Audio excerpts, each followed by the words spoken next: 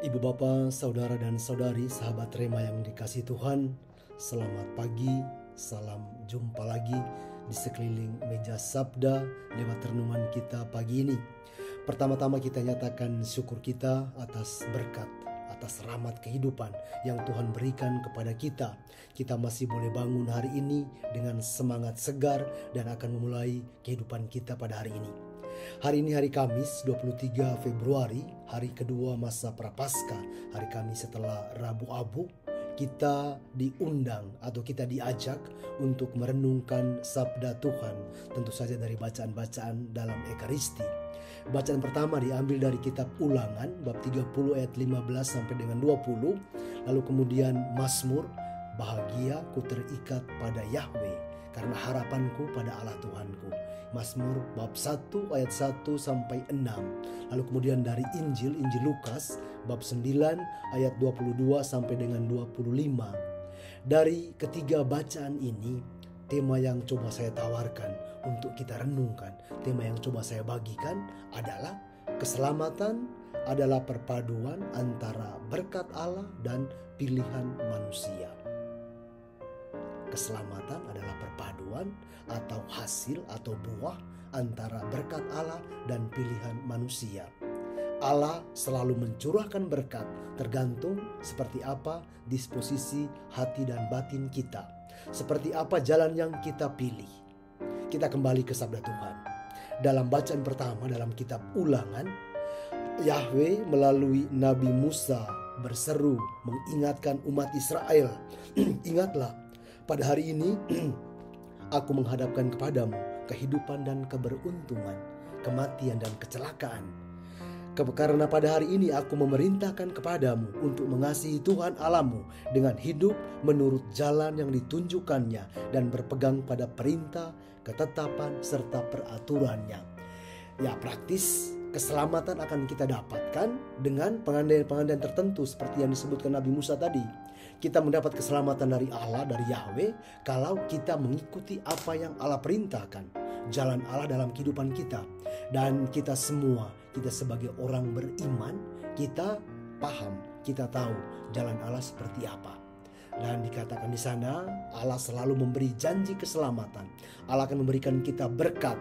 Lalu berkat itu akan berubah menjadi kutuk ketika kita memutuskan untuk beralih dari jalan keselamatan tadi.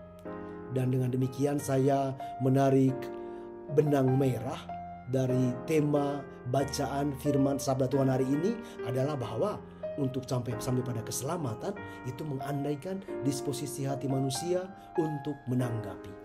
Ketika umat Israel ikut menurut perintah dan jalan Allah, artinya keselamatan menjadi bagian dari hidup mereka. Keselamatan adalah jaminan. Dan dari situ pesannya bagi kita dibuat untuk mengerti bahwa ternyata Allah selalu memberikan segala sesuatu yang baik. Segala sesuatu datang dari Allah, segala sesuatu yang baik yang kita sebut sebagai rahmat, kita sebut sebagai berkat. Lalu berkat itu akan berubah menjadi kutuk ketika kita berbelok, ketika kita memutuskan untuk tidak mengikuti jalan Allah. Dan itu juga pesannya bagi kita ketika kita mengalami kesulitan, kesukaran, atau masa-masa sulit dalam kehidupan kita jangan cepat-cepat untuk menyalahkan yang di atas. Itu pesannya untuk kita. Artinya kita juga dibuat untuk berpikir, apakah kehidupan saya selama ini sudah saya nyatakan atau sudah saya ekspresikan, sudah saya hidupi sesuai dengan apa yang diperintahkan Allah. Dan dari bacaan pertama dari kitab Ulangan tadi, sebenarnya kalau kita tarik menuju ke bacaan Injil pun benang merah yang sama akan kita dapatkan. Yesus dalam bacaan Injil memang sudah begitu banyak kali Yesus mewartakan bahwa dia akan menderita sengsara, akan dihukum mati oleh para ahli Taurat dan para pemuka agama. Lalu pesan yang selalu ditunjukkan, selalu ditawarkan kepada kita adalah bahwa ketika kita bertahan, kita menderita demi Kristus, artinya kita memperoleh jaminan keselamatan. Sama dengan bacaan pertama tadi, sama dengan kitab Ulangan. Kristus juga menyatakan hal yang sama, artinya keselamatan yang datang dari Allah Allah mengutus Kristus sebagai penyelamat, itu mengandaikan disposisi hati manusia. Kalau kita bertahan dalam penderitaan karena Kristus, artinya yang kita dapatkan adalah keselamatan. Jadi di sini kita juga dibuat untuk mengerti, untuk memahami bahasa teologis atau bahasa spiritual adalah keselamatan.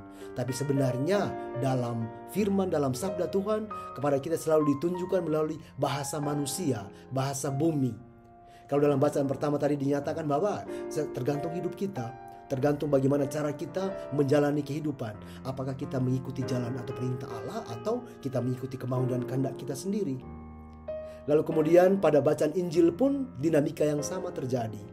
Tuhan Yesus menawarkan bahwa kalau kita mau selamat, artinya mengandaikan kesetiaan kita dan mengandaikan kemampuan kita untuk bertahan dalam iman itu. Dan dengan demikian, ibu bapak, saudara dan saudari, akhirnya sabda Tuhan selalu membuat kita kembali kepada kehidupan kita sehari-hari.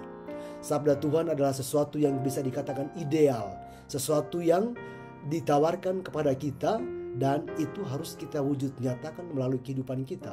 Sabda menjadi tanpa makna ketika sabda itu hanya berada di tataran kata-kata, hanya berada di level omong, hanya ada di level pembicaraan, percakapan. Itu menjadi bermakna ketika kita coba wujudkan dalam kehidupan kita sehari-hari. Lalu contohnya untuk kita adalah kita masing-masing dengan panggilan jalan hidup kita masing-masing. Saya sebagai imam dan rekan imam yang lain, kita belajar untuk bertahan, kita mencoba untuk setia pada jalan hidup kita. Dan itu yang Tuhan Yesus katakan dalam bacaan Injil, bahwa barang siapa mempertahankan nyawanya, ia akan kehilangan. Lalu kemudian pesan terakhir setelah itu, bahwa ketika kita bertahan dalam penderitaan, artinya ketika kita mencoba untuk mengingkari diri kita sendiri, disitulah letak kemenangan kita.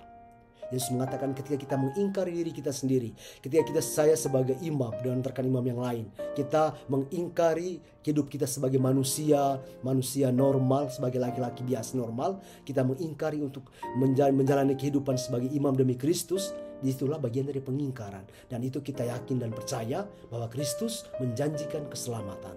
Lalu tidak hanya para imam, kehidupan sebagai keluarga, atau kehidupan atau panggilan hidup sebagai apapun, selalu mengandaikan resiko. Ketika seorang pria atau seorang wanita memutuskan untuk hidup bersama, resikonya adalah harus mengingkari keinginan-keinginan yang lain. Risikonya yang lain adalah harus menerima, dan risiko yang lain adalah bertahan dengan pilihan itu. Itu menjadi pilihan kita. Dan ketika kita mengalami kesulitan, anggaplah itu sebagai bagian dari pengingkaran diri kita. Saya harus mengalahkan diri saya demi ideal awal tadi. Sebagai keluarga, masing-masing pria dan wanita meninggalkan keluarga, meninggalkan rumah untuk membangun hidup bersama. Dan risiko apapun yang dialami, itulah risiko pilihan. Dan dengan demikian kita bisa menarik berkaitan dengan iman kita. Iman kita kepada Kristus pun kita diajak untuk beriman kepada Kristus melalui kehidupan nyata. Jadi iman kepada Kristus bukan iman yang ada di awang-awang, tidak. Iman kepada Kristus adalah iman yang kita wujudkan melalui panggilan hidup kita masing-masing. Dan termasuk ketika kita ada di wilayah kerja, itu juga bagian dari penghayatan atau perwujudan iman. Kita bertahan, ya praktis kita bertahan karena selain untuk kebutuhan hidup kita masing-masing, untuk keluarga kita, itu juga bagian dari perwujudan iman kita. Itu bagian dari konsekuensi pilihan hidup kita. Iman kepada Kristus menggerakkan kita, mendorong kita untuk juga bertahan dalam kehidupan kita sehari-hari. Semoga rahmat Allah membantu kita untuk semakin hari semakin siap, semakin hari semakin setia pada jalan yang ditetapkan melalui kehidupan kita sehari-hari. Dan itu bukan sesuatu yang jauh ada di awang-awang, tetapi sesuatu yang nyata, sesuatu yang real. Dan semoga Allah yang Maha Kuasa memberkati kita semua dalam nama Bapa dan Putra dan Roh Kudus. Amin. Yesus, Maria, Yosef, terangilah kami, lindungilah kami, selamatkanlah kami.